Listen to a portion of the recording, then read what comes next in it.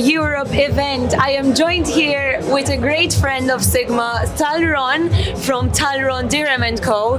He's a very well-known lawyer in the gaming industry. He's been attending SiGMA for quite some time and a familiar face to people who attend SiGMA regularly. Tal Ron, welcome. First of all, thank you, Maria, for inviting me to speak here. And first of all, I'm excited to be here in SiGMA, probably since 2014 in the official SiGMA. And I think that I know a man from 2012, a man police. I believe everybody knows him. He founded SiGMA. I remember the first edition. In 2014, it was, I think, 50 people came. You were a baby back then. You were a baby. But, you know, I was there. It means that my hair is becoming gray. I was there. It was 50 people, or 100 people in the Intercontinental. And now, you know, they said officially 25,000 people. You know, I think that's much more. Look to me, more. And the venue is 3 times more bigger. 3 times bigger than what happened last year, and it's already full. I can tell you something interesting. And now I remember where I remember you, Maria. 2 years ago, we had, I was as a musician playing. Of course, how can I forget that? And you were, you I presented you. How did you do it? I want to hear it again.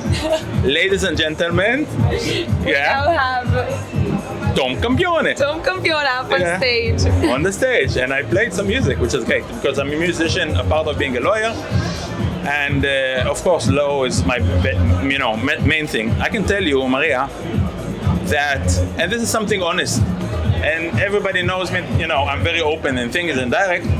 There is other events. Okay, there is other events. There is events which are maybe larger, maybe very famous. Maybe going, let's say, for 10 or 15 years. But I think that the thing that makes SiGMA very special is that you do business here. You do business here. So maybe you don't have like aisles which are very much apart, okay?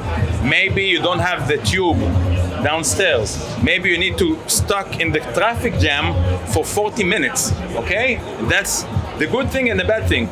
But I think the value that you have here, it's no coincidence I'm staying here a week in Malta, you know? And that's what I like here in SiGMA. Even though you have all these faults, SiGMA is the best place for business. I think it was that until now, and if they'll continue to do the same thing, it will continue. Still, I think that the food court can be improved. You know, but again, and it's something that can always be improved. Nothing is totally perfect, but if you ask me, I think it is the best place to be next year. Yeah. How has the business been so far? Have you done any connections? How has the networking been? I know you've been up on stage as a panelist as well. Tell us more about this. Sure. So yeah, one of the good things in SiGMA, and again, very, very different from other events, is that a focal point of SiGMA is the panels, the conference, the speaking, okay? You do see it in places like, and I mention names, yeah, because I'm friend of everybody. I'm like the United Nations, so I'm fine. I'm saying what I think. So you do see good, you know, content in the affiliate world conferences. You do see in SBC lots of good content as well. IFX Sector, Finance Magnets, London Summit. ICE is a very organized event, But you almost don't see content, because the content, Maria, they put it in a very separate and they sell it in £700 if you want to see the content. So who want to see? People that the, you know, employer pays £700 to see it. And, you know, I was speaking there, and it's not that I was boring, but I was speaking in front of 40 people. And you come, you prepare, and you don't want to speak 40 people. Yesterday we spoke in front of 250 people. And if you see the AIC or AIBC, it was so cozy that people stand in. So this is something which I really see in SiGMA. You speak, you learn. I came to a lot of, you know, very entertaining panels, and I really learned. So for me, first of all, it was a very good opportunity to learn, to speak, to meet people. I had a very nice booth next year we'll make it like double inside. We had like a silver sponsorship, a silver booth. It was full with people, and I can tell you, next year we already signed for next year double inside. We made a lot of business, so obviously It's worth it. We still want it cozy. We won't be soft to bed. We won't be soft Swiss. We're friends with everybody, but many of the booths are my clients. But at the end of the day, you're not a gaming operator, and as a lawyer, there are no other lawyers. So I'm really happy to be here, and I can tell you, I was really happy if you had a sister event, which is dealing with another topic that we deal with. So, I wanted to speak to you about this as well, okay. Tal Ron, because apart from being a well-known gaming lawyer, you're also delving into the emerging tech side of things. Tell me more about this. Yeah, so it's interesting. A part of being a lawyer, and a musician. And a musician. Yeah, businessman and everything, and a chef. I can tell you, there's other emerging fields of law that I really enjoy. Without any order, adult entertainment, forex, financial, crypto.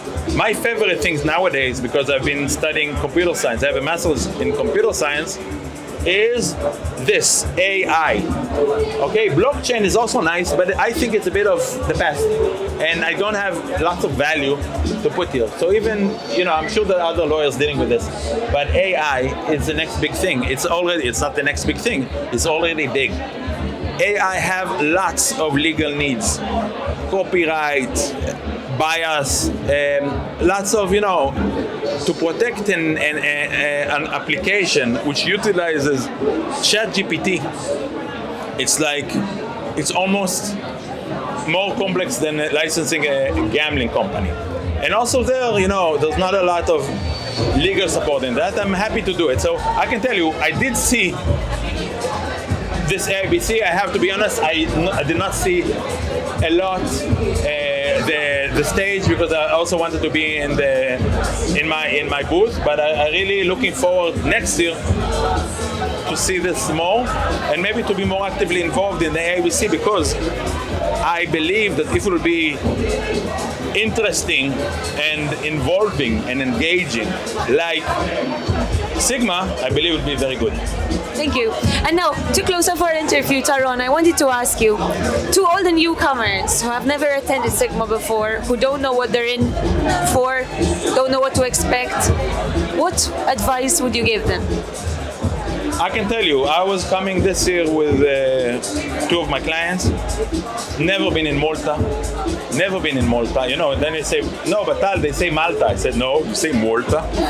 Like you don't say Hilton, you say Hilton. Yeah. I already speak. We need to mitigate the risk. People say I almost have a Maltese character, which is good, culture, which is good. We have some similarities with the Israelis. However, look, what I do think is that first of all, they need to know what they expect. So if they go to London, they know London. They go to Lisbon, probably they know Amsterdam. And it's nice place, and the conferences are good. They're very different. First of all, the place, the venue, Malta is different for everything, everything. Clients of mine said, listen, I'm trying to compare it to somewhere, it's different. It's very Mediterranean. Maybe it's like Sardinia, but it's very Mediterranean. And because Malta is such a tiny island, you don't have anything except being here. So you have all the restaurants are fully booked. We were yesterday with several clients in an Italian restaurant. It was full with people. This morning I got to a restaurant with my friends, clients in Excelsior Grand Hotel. It looked like full. It looked like you're still in the event. So it's like the event took over Malta. And this thing that I saw, Maria. I saw that Malta defines itself not only as a place for regulation, because let's face it, the regulation in Malta is becoming less fashionable. I'm working a lot in Curacao. And do you think this is because it's well established here already, and Curacao is still a brand new when it comes to this, so maybe? It's exactly the opposite, what I think. Malta in the past was very focused on the Maltese regulation. Everybody wanted an MGA license. Now, having an MGA license and targeting other countries in Europe, because Europe has already many licenses in many of the countries, local licenses, it becomes a bit, and I'm honest, as I said, the MGA license became a bit less attractive on the B2C side. It's still very attractive on the B2B. So if you see most of the companies here, if they have a license, it's a Curaçao license. For me, it's a very good opportunity because I'm an expert in Curaçao and other, let's say, offshore jurisdictions and offshore. So it's very interesting. So if in the past, everybody here was working with Maltese license on the B2C side, they moved to Curaçao. But what do I see? Even though those clients and those operators, those platforms does not have a B2C license in Malta, look at this, they have their operations in Malta. So it means that Malta wins the jackpot. It is not now dependent, it's independent of access to the regulatory market. It became an ecosystem of the IT. So I have friends that have an IT company here, have a cloud server company here, have an affiliate company.